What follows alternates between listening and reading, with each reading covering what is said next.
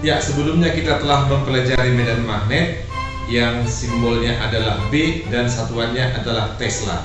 Medan magnet itu bisa ditimbulkan oleh arus listrik pada kawat listrik ya, atau bisa ditimbulkan oleh magnet batang. Nah, sekarang kita akan mempelajari gaya magnet. Gaya magnet yang dialami oleh muatan listrik apabila dia masuk ke dalam daerah bermedan magnet ya. Pertama, kita sudah tahu bahwa medan magnet simbolnya adalah B dan tanda cross itu menyatakan medan magnetnya masuk ke dalam. Nah, sekarang ingin kita tinjau bagaimana hubungan antara arah medan magnet, arah kecepatan, dan arah gaya Lorentz pada muatan listrik. Pertama, kita tinjau dulu dari muatan elektron atau muatan negatif.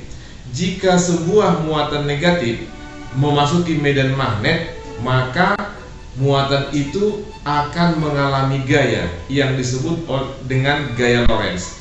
Nah, yang menemukannya adalah si Lorentz ya. Nah, sehingga dia dihargai dengan membuat gaya magnet itu adalah gaya Lorentz. Bagaimana arahnya? Kemana dia arahnya? Perhatikan keterangan berikut ya. Tanda cross itu menyatakan medan magnet masuk ke dalam bidang papan tulis. Nah, untuk muatan elektron, medan magnet nanti diwakili oleh 4 jari. Kenapa? Karena lebih mudah mengingat, medan magnet selalu digambarkan dengan garis yang banyak. Itu menyatakan 4 jari di sini. Kemudian untuk kecepatan disimbolkan oleh jempol. Nah, kemana nanti gaya Lorentz-nya? Itu disimbolkan dengan arah telapak tangan. Jadi kalau misalnya nanti sebuah elektron bergerak dari kiri saya ke kanan, maka saya buat begini. Kemudian arah medan magnet kata misalnya ke atas, saya buat begini, maka gaya Lorentz-nya adalah ke depan, ke utara. Kalau misalnya elektronnya bergerak dari bawah ke atas, kemudian medan magnetnya menuju utara, maka saya buat ke utara begini, maka gaya Lorentz-nya adalah ke timur. Nah, begitu caranya. Nah, sekarang perhatikan untuk gambar berikut. Di sini ada medan magnet arahnya masuk dan jempolnya menuju ke kanan karena kecepatannya ke kanan. Ternyata telapak saya arahnya ke bawah. Sehingga untuk kasus ini medan magnet masuk ke bidang gambar, kecepatan elektronnya ke kanan, maka nanti gaya Lorentz-nya akan ke bawah. Nah, bagaimana untuk proton? Untuk proton gunakan kaidah tangan kanan. Untuk lebih jelasnya, perhatikan keterangan berikut. Dengan bantuan kaidah tangan kiri, kita bisa menentukan arah gaya Lorentz yang bekerja pada sebuah elektron yang masuk pada daerah bermedan magnet. 4 jari menyatakan arah medan magnet, jempol menyatakan arah kecepatan dari elektron, dan telapak tangan menyatakan arah gaya Lorentz yang bekerja pada elektron. Dengan bantuan kaidah tangan kanan, kita bisa menentukan arah gerak proton yang masuk ke daerah medan magnet. 4 jari menyatakan arah medan magnet, jempol juga menyatakan arah kecepatan proton, dan telapak tangan menyatakan arah gaya Lorentz yang bekerja pada proton tersebut. Ya, dari keterangan tadi bisa kita lihat kemana arah medan magnet, kemana arah gaya Lorentz, kemana arah kecepatan kalau dia elektron. Dan juga kalau dia proton, kemana arah medan magnetnya, kemana kecepatan, dan kemana gaya Lorentz-nya sudah jelas diterangkan. Nah, sekarang bagaimana keadaan elektron itu? Kita ambil contoh suatu elektron. Kalau elektron memasuki suatu daerah bermedan magnet, apakah dia tetap lurus bergerak atau dia akan melengkung? Perhatikan keterangan berikut. Sebuah elektron akan memasuki daerah bermedan magnet. Karena dia elektron, kita gunakan kaidah tangan kiri. Tanda cross menyatakan medan magnet masuk ke dalam bidang kertas, sehingga arahkan 4 jarimu masuk ke dalam bidang kertas, arah jempolmu ke kanan. Maka nanti arah telapak tangan adalah ke bawah, sehingga gaya Lorentz-nya ke bawah mengakibatkan elektron bergerak melengkung. Selama elektron bergerak pada medan magnet, gaya Lorentz akan tetap bekerja tegak lurus terhadap arah gerakan, sehingga nanti gerakan elektron itu akan melengkung setengah lingkaran dan akan keluar dari medan magnet. Nah, dari penjelasan itu bisa kita lihat bahwa kalau suatu muatan listrik, di situ contohnya sebagai elektron, masuk ke daerah bermedan magnet, maka dia akan dipengaruhi oleh gaya Lorentz. gaya Lorentz itu akan membuat dia bergerak melengkung terus ya, sampai dia meninggalkan medan magnet tersebut. Nah, untuk lebih jelasnya, perhatikan di sini. Yang pertama kita pelajari adalah berapa besar gaya Lorentz-nya. Nah, menurut si Lorentz, gaya yang bekerja pada elektron itu F sama dengan besarnya medan magnet dikali kecepatan elektronnya dikali besar muatannya dikali sinus theta. Apa itu sinus theta? Sinus theta adalah sudut antara medan magnet dengan kecepatan. Jika sudut medan magnet dan kecepatan 90 seperti yang ada di sini ya, di sini medan magnetnya tegak lurus, kecepatannya ke kanan, maka sudutnya 90, sinus 90 adalah 1. Nah, untuk lebih jelasnya, perhatikan contoh berikut. Contoh 1, sebuah proton bermuatan 1,6 kali 10 pangkat min 19 kolom bergerak dengan kecepatan 10 pangkat 5 meter per sekon arah ke utara dan memotong medan magnet 0,5 Tesla yang arahnya ke atas. Besar dan arah gaya yang dialami elektron sama dengan berapa dan arahnya kemana? Pada contoh 1 ini diketahui ada sebuah proton, muatannya adalah 1,6 kali 10 pangkat min 19 kolom.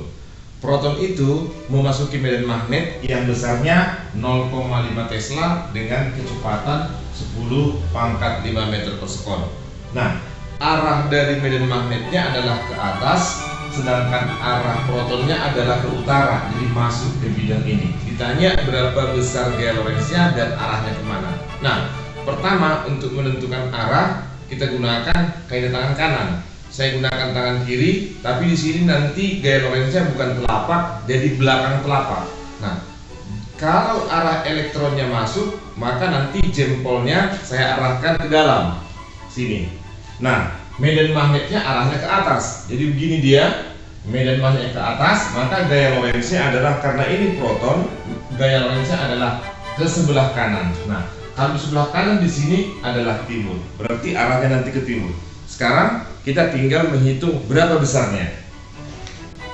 Besar medan magnetiknya diketahui, maka nanti di sini gaya Lorentz-nya F sama dengan, kita masukin ini 0,5 kali V 10 pangkat 5, terus muatannya 1,6 kali 10 pangkat min 19. Maka besar gaya Lorentz-nya ini kita kalikan 0,8, boleh kita buat jadi 8 ya. Ini 8 kali 10 pangkat min 20, kemudian di sini ada 10 pangkat 5 menjadi 10 pangkat min 15 Newton. Dan nanti arahnya sudah jelas tadi, ke timur. Ya, gitu caranya. Sekarang kita lihat contoh kedua. Contoh 2, partikel bermuatan listrik Q sama dengan minus 0,04 kolom bergerak masuk ke dalam daerah bermedan magnet B dengan kecepatan V sama dengan 2 kali 10 pangkat 4 meter per second yang tegak lurus B. Akibatnya partikel tersebut mengalami gaya magnet F sama dengan 400 Newton. Besar dan arah medan magnet B adalah berapa dan kemana arahnya? Pada contoh 2 diketahui sebuah elektron yang muatannya minus 0,04 kolom memasuki suatu daerah bermedan magnet dengan kecepatan 2 kali 10 pangkat 4 meter, sehingga dia mengalami gaya Lorentz sebesar 400 Newton.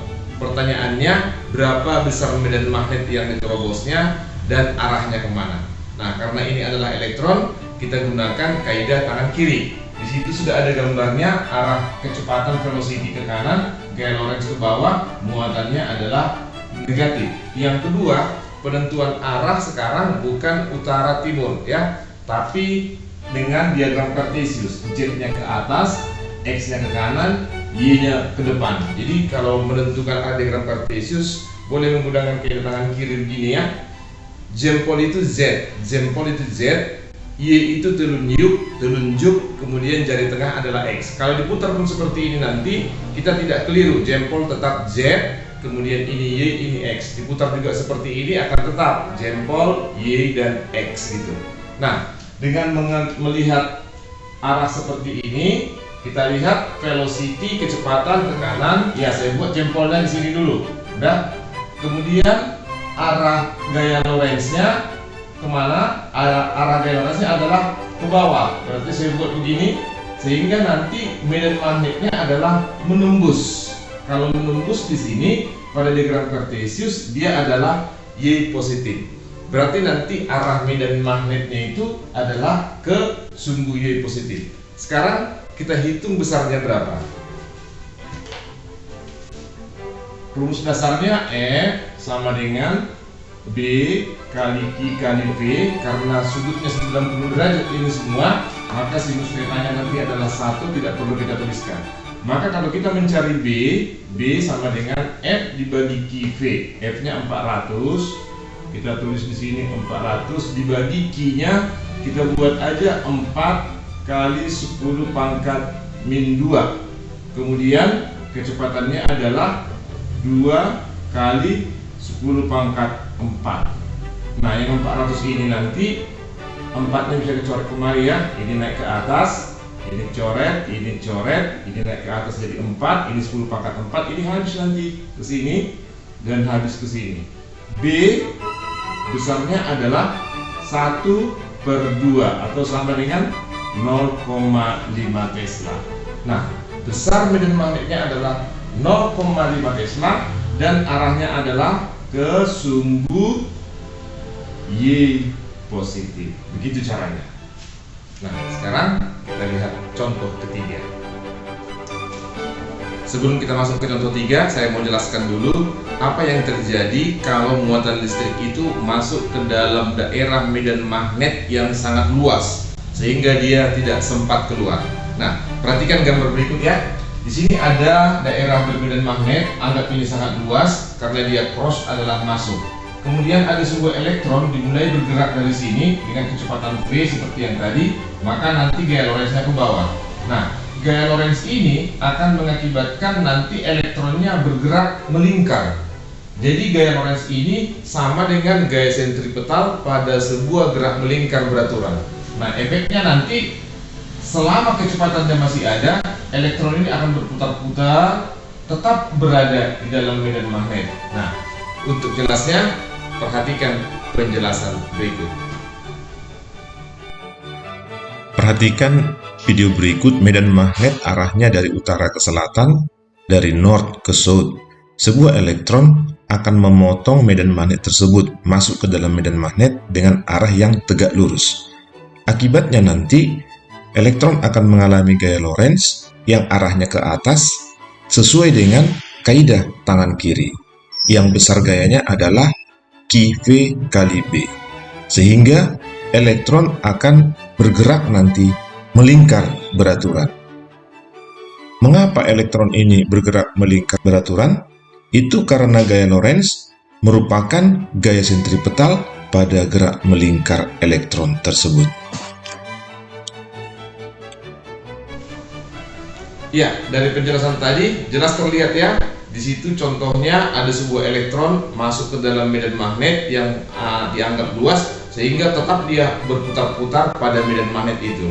Nah, dari percobaan itu diketahui bahwa momentum dari elektron M kali V itu akan sama dengan B kali Q kali R ya. Jadi persamaan yang kita gunakan adalah persamaan momentum dari muatan itu M kali V B Q R. Kemudian karena dia adalah gerak melingkar, maka berlaku nanti kecepatan itu sama dengan kecepatan sudut dikali jari-jarinya ya. Kemudian kita tahu bahwa kecepatan sudut itu bisa diubah menjadi 2VF, di mana F adalah frekuensi atau 2V per T. Boleh saja ya, ditambah di sini nanti omega sama dengan 2V per T. Yang mana pun nanti digunakan tergantung kepada soalnya. Nah, sekarang untuk penjelasannya perhatikan contoh 3 berikut.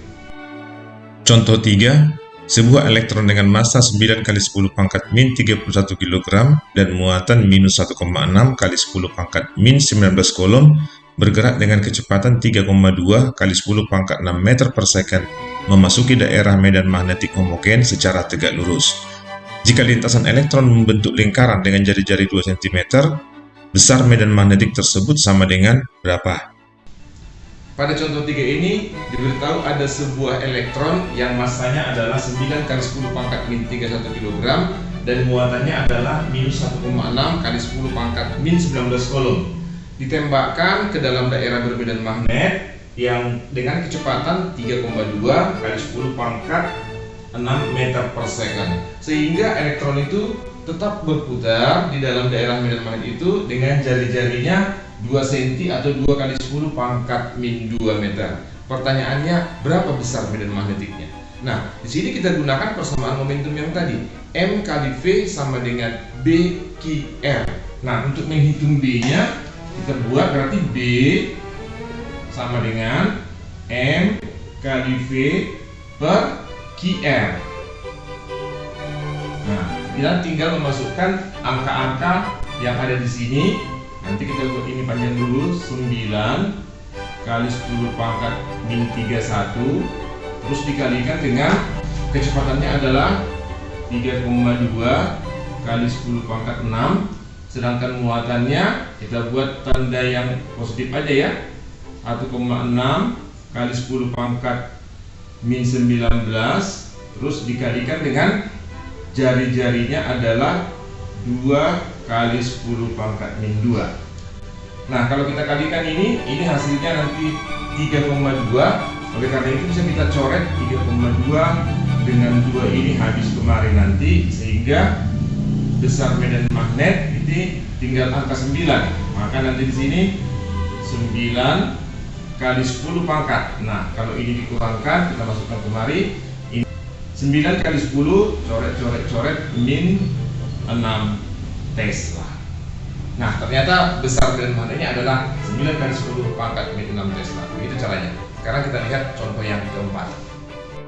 Contoh 4, partikel bermuatan 2 kali muatan elektron bergerak dalam medan magnet homogen B secara tegak lurus. Besar medan B adalah V per 4 Tesla. Bila frekuensi siklotron tadi adalah 1600 Hz, maka besar massa partikel adalah berapa? Pada contoh 4 ini diketahui ada sebuah muatan bermuatan 2 kali muatan elektron, dan muatan itu memasuki daerah bermedan magnet yang besarnya V per 4, satuannya Tesla ya, V per 4 Tesla. Nah, ternyata setelah dia masuk ke dalam, maka dia akan berputar di daerah siklotron itu sebesar 1600 Hz. Artinya apa? Bahwa dia bisa berputar 1600 kali dalam 1 detik. Nah, untuk gerak melingkar. Nah, nanti momentumnya ini akan kita hubungkan dengan gerak melingkar beraturan, dan kita hubungkan dengan kecepatan sudut suatu gerak melingkar beraturan. Pertanyaannya tadi adalah berapa besar massa partikelnya? Maka kita gunakan persamaan MV sama dengan BQR ya. Kita buat nanti M kali V sama dengan BQR. Pada gerak melingkar beraturan, V tadi adalah omega kali R. Berarti nanti ini M kali omega kali R itu akan sama dengan B kali I kali R, sehingga R nya bisa dicoret. Nah, untuk mencari M nanti adalah BQ per W. Omega tadi adalah 2VF, maka boleh kita tulis persamaannya sama dengan di sini adalah B kali Q per 2VF. Omeganya kita ganti dengan 2VF. Kenapa? Karena diketahui di sini frekuensi. Seandainya diketahui periode, maka kita gunakan nanti W ini menjadi 2V per T. Nah, selanjutnya kita masukkan angka-angka yang ada di sini. Maka M sama dengan, kita garis begini, ini V per 4, muatannya adalah 3,2 kali 10 pangkat min 19. Kemudian di sini 2V, frekuensinya 1600, kita buat 1,6 kali 10 pangkat 3. Tujuannya apa? Agar ini dikali nanti hasilnya 3,2 bisa kita coret ke sini ya. Jadi ini dua-duanya kita coret kemari. Kemudian V juga kita coret dan buat di sini dia. Sehingga M-nya nanti adalah 1/4. 1/4 itu kan 0,25.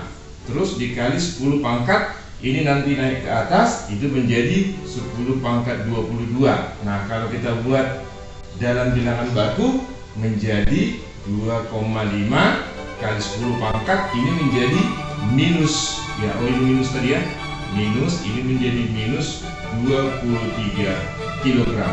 Jadi massa partikel itu adalah sebesar 2,5 kali 10⁻⁻³ kg. Begitu caranya.